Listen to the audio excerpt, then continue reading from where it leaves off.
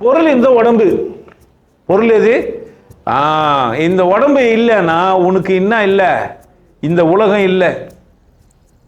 பொருள் இல்லாருக்கு இந்த உலகம் இல்லை. அப்போ உங்ககிட்ட பொருள் இருக்குது. பொருள் இல்லாதவன் யாருமே இல்லை. என்ன நினச்சிக்கிறாங்கன்னா பொருளாதாரம்னா இவங்க கரன்சியெல்லாம் வச்சுக்கிறாங்கல்ல, அதை தான் பொருளாதாரம் அப்படின்னு சொல்லிடுறாங்க. பொருளாதாரம்னு சொல்லி நீங்கள் உங்களை மதிக்காத மாதிரி திசை திருப்பிடுறாங்க. உஷாராக இருங்க. அதுக்கு தான் வள்ளுவர் என்ன சொல்கிறாரு, பொருள் இல்லாருக்கு உலகம் இல்லை, பொருள் இருந்தும் பொருள் போதுமானது இல்லை, பொருள் போதுமானது இல்லை, இதை கொண்டு நான் நல்லது செய்யணும், 4 பேர் வாழ வச்சுட்டு போனோம்னு நினைக்காதவனுக்கு அருள் இல்லை, அருள் இல்லானுக்கு உலகம் இல்லை. புரியுதா? ஒரு விவசாயி பணத்தை தாண்டி அவர் என்ன பண்ணுறாரு, விவசாயம் பண்ணணும். விவசாயம் போயிடுச்சுன்னா ஏழைங்களுக்கு சோறு கிடைக்காது. மற்றவங்களுக்கெல்லாம் நமக்கு பணம் வருதோ இல்லையோ, ஆனால் என்ன பண்ணோம், நான் விவசாயத்தை விடக்கூடாது, வாழணும். ஒருத்தர் விவசாயம் பண்ணுறாருல, இருப்பாரா இருக்க மாட்டாரா? அவர் தான் உதவுறவர். மற்றவர்லாம் என்ன கிடையாது. அப்போ உதவணும், விவசாயம் பண்ணணும், ஆனால் மற்றவங்க சாப்பிட்ணுன்னு நினைக்கணும், ஆனால் விவசாயத்தையும் அவர் விடக்கூடாது. அப்படி தானே? உன்னிமாண்டு படிச்சுட்டு பணம் சம்பாதித்து கற்றுன்னு பணம் மட்டுமே சம்பி பணம் கொடுக்குறேன்னா யாருக்கு கொடுக்கணும்? எடுத்துன்னு போயிட்டேன். அனாதை ஆசிரமம் இருக்கிறவங்களுக்கு போய் கொடுக்கக்கூடாது. தோப்பு நிலம் வச்சுங்கிறவங்களுக்கு என்ன பண்ணணும்? போயிட்டு கொடுத்து என்ன பண்ண வைக்கணும்? உழைக்கிறவங்களுக்கு போய் கொடுக்கணுமா? உட்காந்து வயசானவங்களுக்கு கொடுத்துணுக்கணுமா? 80 வயசு ஆயிடுச்சு, அவர் சாவமா உயிராக வரணும். அவரு உதவுற என்ன பண்ண போறாரு? அவரு உழைக்கணும், உழைப்புக்கேற்ற ஊதியத்தை பெறணும் அப்படின்னு சொல்ற ரஷ்யாவை உடைச்சிட்டானுங்க. அங்கே என்ன கொள்கையாக இருந்தது? சக்திக்கேற்ற உழைப்பு, உழைப்புக்கேற்ற ஊதியம். டெமாலிஷ் பண்ணிட்டாங்க. என்னடான்னா பொருளாதாரம்னு இவங்க சொல்லிங்கிற இந்த ராஜாவை செஞ்ச அந்த பணத்தை அப்படியே வளர்ந்து போய் ஒரு ஆள்கிட்ட, ஒரு கூட்டத்துக்கிட்ட போய் மாட்டிச்சு. கரன்சின்னு ஒன்று சொல்லிவிட்ட பிறகு அந்த கரன்சி வந்து உழைக்கிறவங்களாம் இல்லாமல் ஆகிட்டானா நிறைய பேர் உழைக்காம ஆகினே போகிறோம். எல்லாருக்கும் புரிஞ்சிச்சு வெறும் பணம் மட்டுமே சம்பாதிக்க முடியும்ட்டு. ஸ்கூலில் கட்டி விற்றுனா கற்று கொடுத்துட்டானுங்க. பணம் இருந்தால் போதும், பணம் இருந்தால் போதும்னு எல்லோரும் பணத்து மேலே தான் குறியாயிட்டோம். விவசாயத்தை விட்டு வந்துட்டோம், நிலத்தை விற்றுட்டு வந்துட்டோம், பிள்ளைங்களை படிக்கிறதுக்கு விற்று தான் வேலைன்னு நினச்சிட்டோம், கம்பெனிக்கு போய் பிச்சை எடுத்து தான் வேலைன்னு ஆக்கிட்டோம். நம்ம என்ன செய்யலாம்? மறந்துனே வரோம். விவசாயத்தெல்லாம் மறந்துனே வரும்போது நெல் யார் விற்பா, அரிசி யார் விற்பா? நம்ம எப்படி இருக்கிறோம் இப்போன்னா, ஒருத்தர் ஏமாத்த ஆகிட்டோம். எதனால் அப்படின்னா பொருளாதாரத்தை தப்பாக புரிஞ்சு வச்சுக்கிறதுனால அருள் வராது. பொருள் சிறப்பாக இருந்தால் மட்டும்தான் அருள் வரும். அப்போது ஈட்டும் போதே சரியாக ஈட்டணும். பொருள் எப்படி தான் ஈட்டணும்? நேர்மையாக. நீங்கள் ஒரு மாடு வளர்க்குறீங்க, தப்பு இல்லை. பால் கறக்குறீங்க, தப்பு இல்லை. விலை யார் நிர்ணயிக்கணும்? ஏன் நிர்ணயிக்கல? கடன் வாங்குறது பொருளாதாரத்துக்கு தடையாயிடும். பணம்னு ஒன்று கண்டுபிடிச்ச உடனே கடன் ஒன்று உருவாக்கி கடமாக கொடுக்குறது எல்லாருக்கும். கடன் கொடுத்துட்டா என்ன ஆவீங்க? நீங்கள் அடிமையாகிடுவீங்க. ஸ்கூல் படிக்கிறீங்க, கடன் வாங்குறீங்க. கடன் வாங்கி ஏன் ஸ்கூலுக்கு போய் படிக்கிறீங்கன்னு கேட்குறேன் நான். இன்ஜினியராக படிச்சுட்டு மட்டும் என்ன நீங்கள்? ஒரு ஏழை என்னவே பண்ணல, சிந்திக்கவே இல்லை. ஒரு ஏழையை சிந்திக்கவும் விடவும் இல்லை. கல்வி கொள்கையிலும் என்னவே இல்லை, அந்த மாதிரி இல்லை. வசதியாக்கணும், பெரியாளாக்கணும், மனுஷன்லாம் சமந்தான், எல்லாரும் சிறப்பாக வாழணுன்ற ஆட்சியாளர்களும் இல்லை.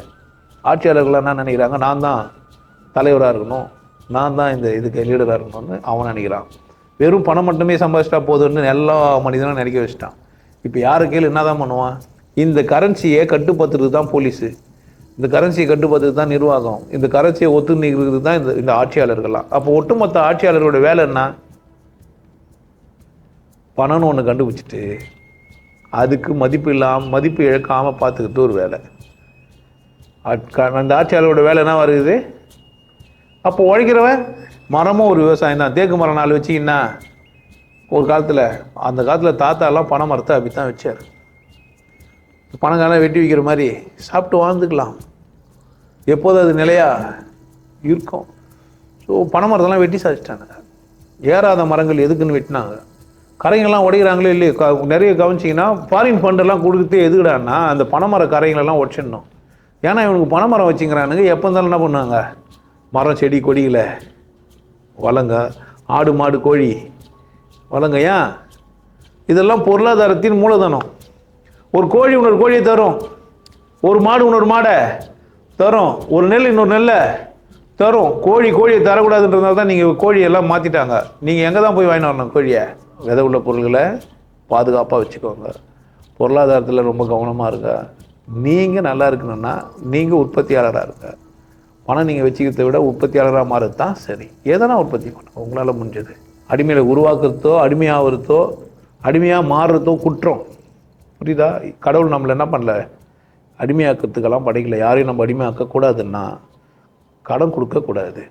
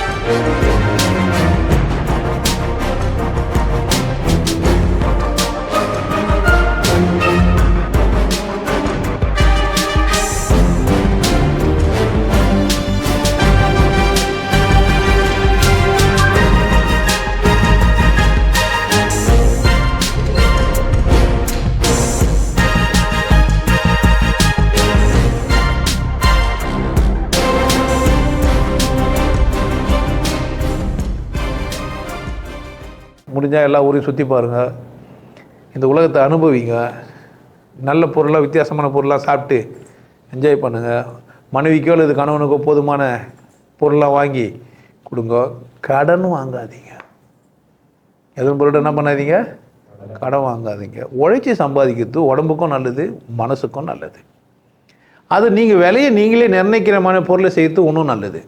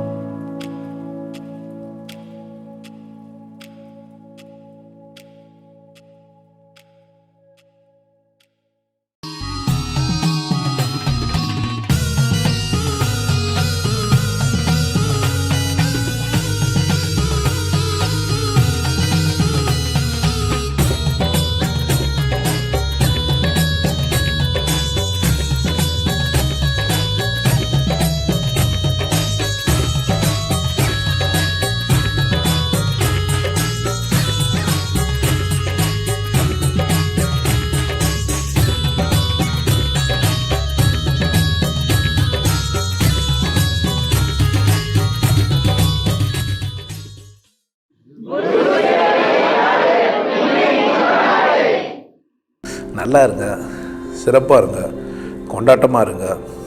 உங்களை நீங்கள் மதிப்பு மிகுந்தவராக மாற்றுறது உங்கள் கையில் தான் இருக்குது.